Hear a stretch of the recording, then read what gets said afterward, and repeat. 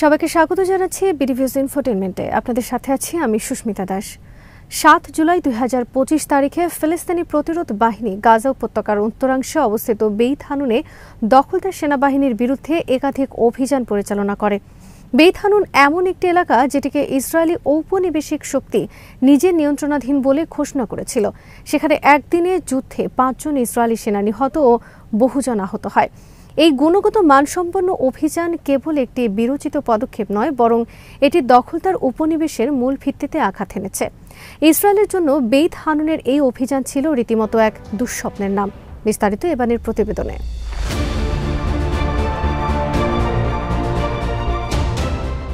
৭ জুলাই ২০২৫ সোমবার রাতে গাজার উত্তরের বেইত হানুন এলাকায় ইসরায়েলি দখলদার বাহিনীর উপর হামাস একটি সুপরিকল্পিত ও সাহসী হামলা চালায়। এই অঞ্চলে ইসরায়েলি বাহিনী কর্তৃক সাম্প্রতিক নিয়ন্ত্রণ প্রতিষ্ঠার দাবি সত্ত্বেও প্রতিরোধ যোদ্ধারা সফলভাবে একাধিক ইম্প্রোভাইজড এক্সপ্লোসিভ ডিভাইস বা আইডির বিস্ফোরণ ঘটায়। বিস্ফোরণের ফলে অন্তত ৫ জন ইসরায়েলি সেনা ঘটনাস্থলে নিহত হন এবং আরও অন্তত ১৪ জন আহত হন, যাদের মধ্যে ২ জনের অবস্থা বেশ আশঙ্কাজনক। বিস্ফোরণের পর আহতদের উদ্ধার করতে গেলে প্রতিরোধ যোদ্ধারা আরও এক দফা গুলি চালায়, যা এই অভিযানের কৌশলগত দক্ষতা এবং প্রস্তুতির প্রমাণ দেয়।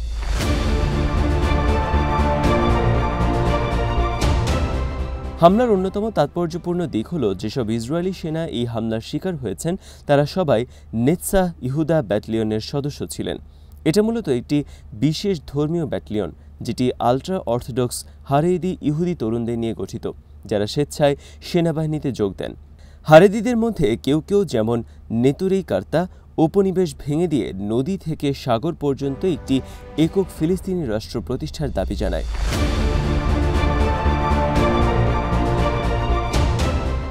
অধিকাংশ হারেদিম কঠোরভাবে জায়নিস্ট, তবে দখলদারিত্ব বিষয়ে তাদের অবস্থান যাই হোক না কেন, তারা সেনাবাহিনীতে যোগ দিতে অস্বীকৃতি জানায়, কারণ তারা মনে করে যে তারা তোরাহ অধ্যয়নে সম্পূর্ণরূপে আত্মনিয়োগ করেছে, যা সেনা সেবার চেয়ে কোনো অংশে কম গুরুত্বপূর্ণ নয়। কিন্তু ইসরায়েলি সমাজে বর্তমানে হারেদি সম্প্রদায়ের সেনাবাহিনীতে অংশগ্রহণ নিয়ে প্রবল বিতর্ক চলছে।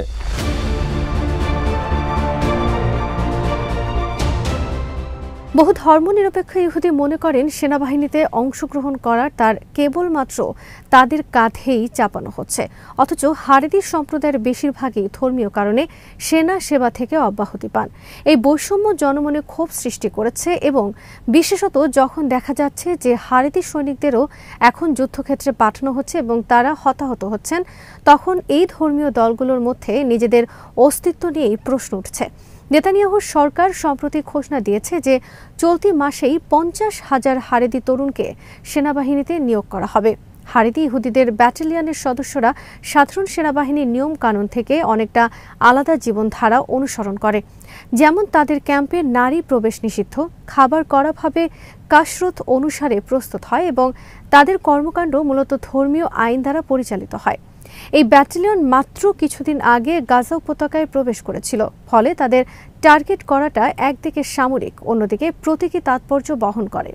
এই হামলা শুধু সামরিক দিক থেকে নয়, বরং রাজনৈতিক ও সামাজিক দিক থেকেও ব্যাপক আলোড়ন সৃষ্টি করেছে। এই হামলা ইসরায়েলের জন্য এক গভীর বার্তা। হামাস প্রমাণ করে দিয়েছে যে গাজার ভূখণ্ডে ইসরায়েলি বাহিনীর কথিত নিয়ন্ত্রণ কেবল কাগজে কলমেই। বাস্তবতার মাটিতে প্রতিরোধ এখনও জীবিত, সংঘবদ্ধ এবং কৌশলগতভাবে কার্যকর।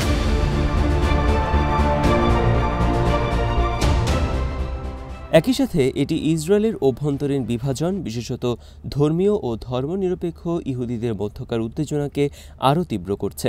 সমাজে দেখা দিচ্ছে প্রশ্ন, ধর্মীয় সরকার ক্ষমতায় থেকে যুদ্ধ চাপিয়ে দিচ্ছে, কিন্তু লড়ছে মূলত ধর্মনিরপেক্ষ জনগণ। এদিকে যুদ্ধবিরতির জন্য চলমান আন্তর্জাতিক প্রচেষ্টা, যেমন কাতারের মধ্যস্থতায় আলোচনা, তা এই হামলার পর নতুন করে চাপে পড়েছে। যে কোনো কর্তৃপক্ষের জন্য তার নিজের প্রতিনিধিত্ব দাবি করা, জনগণের চোখে বৈধতা প্রতিষ্ঠা করা জরুরি। অর্থাৎ সংশ্লিষ্ট কর্তৃপক্ষকে এমন কিছু করতে হয় যাতে জনগণ তাদের কর্তৃত্বকে বৈধ বলে মেনে নিতে রাজি হয়।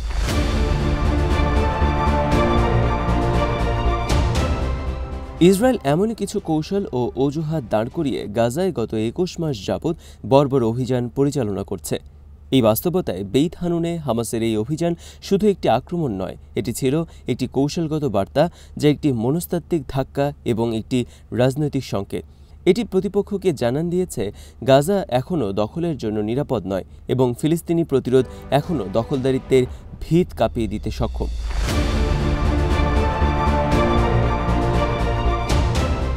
1948 সালে নাকবার পর হারেদিমদের সেনা সেবা থেকে অব্যাহতি দেওয়া হয়েছিল, আর এটি করা হয়েছিল বসতি স্থাপনকারীদের মধ্যে গঠিত তথাকথিত সামাজিক চুক্তির অংশ হিসেবে, যার লক্ষ্য ছিল এই আধুনিক রাষ্ট্রকে তাদের চোখে বৈধতা দেয়া।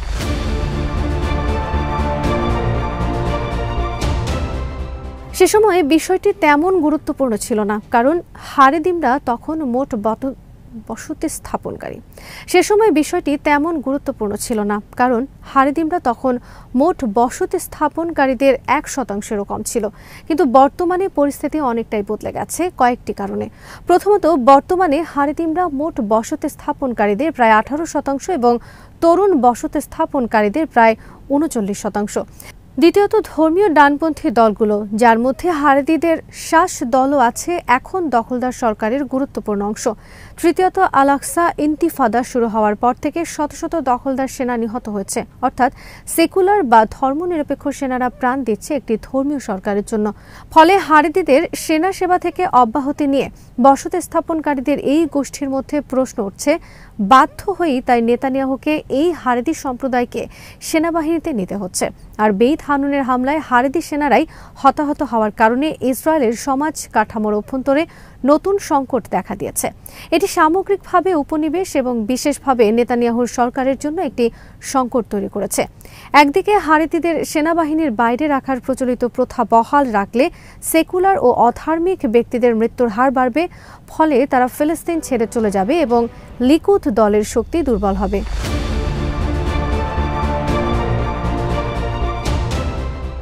আবার যদি হারেদিদের জোর করে সেনাবাহিনীতে ঢোকানো হয়, তাহলে হারেদি গোষ্ঠী রাষ্ট্রের বিরুদ্ধে অবস্থান নিতে পারে এবং রক্ষণশীল শাস দলের সমর্থন হারানোর কারণে সরকার পড়ে যেতে পারে। ইতোমধ্যে কয়েকজন রাব্বি তাদের অনুসারীদের নির্দেশ দিয়েছেন যেন তারা দখলদার সেনাবাহিনীতে নিয়োগ মেনে না নেয় এবং এমনকি ফিলিস্তিন ত্যাগ করার হুমকিও দিয়েছেন। তাদের যুক্তি হল, হারেদিমদের সেনাবাহিনীতে সম্পৃক্ত হওয়া তোরাহ আইন পরিপন্থী। এই হারেদি ব্যাটালিয়নটি মাত্র কয়েকদিন আগে গাজায় প্রবেশ করে। এই নির্দিষ্ট ব্যাটালিয়নকে নির্দিষ্ট এই সময় লক্ষ্যবস্তু করে ফিলিস্তিনি প্রতিরোধের উপনিবেশের কাঠামো ও কথিত বৈধতার মধ্যে একটি মৌলিক দ্বন্দ্বকে সামনে এনেছে। নতুন করে যে 50,000 হারেদিকে ইহুদি সেনা সেবার জন্য ডাকা হয়েছে, তারা জানে যে তাদের এই নিয়োগের কারণে তারা দিনব্যাপী তাওরাহ অধ্যয়নের সুযোগই শুধু হারাবে না, বরং প্রতিরোধ যোদ্ধাদের গুলির সামনে পড়ে আহত বা নিহত হওয়ার শঙ্কাও বেড়ে যাবে। গাজা উপত্যকায় চলমান ফিলিস্তিনি প্রতিরোধ শুধু একটি সামরিক সংগ্রাম নয়, এটি একটি রাজনৈতিক, সাংস্কৃতিক, মনস্তাত্ত্বিক ও নৈতিক যুদ্ধ।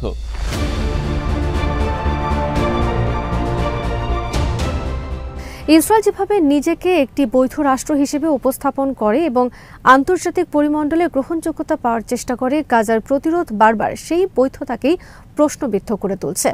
ইসরায়েলের রাষ্ট্রিক বৈধতা মূলত একটি সাংঘাতিক বৈপরীত্যের উপর দাঁড়িয়ে আছে।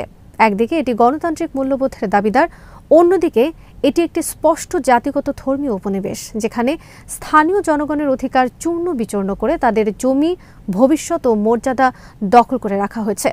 গাজার প্রতিরোধ, বিশেষ করে যখন তা বেইত হানুন, খান ইউনিস বা সুজাইয়ার মতো স্থান থেকে আসে, এই বাস্তবতাকে নতুন করে সামনে নিয়ে আসে।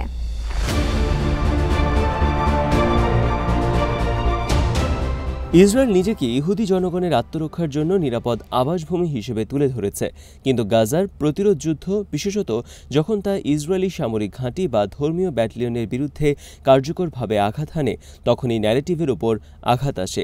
যদি একটি রাষ্ট্র নিজ দেশের জনগণকে নিরাপত্তা দিতে না পারে, তাহলে সেটি আর নিরাপদ আবাসভূমি নয়, বরং এক অস্থির, দখলদার ও বিপর্যস্ত ক্ষমতার নামমাত্র।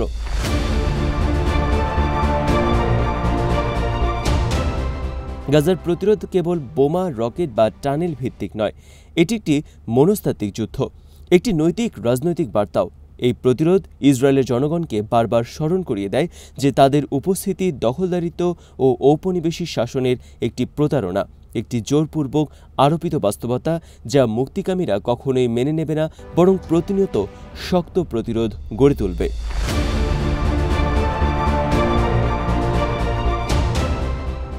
আজ এখানেই শেষ করছি।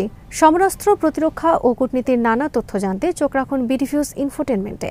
চ্যানেলটি ভালো লাগলে সাবস্ক্রাইব করুন, সংযুক্ত থাকুন আমাদের ফেসবুক পেজে।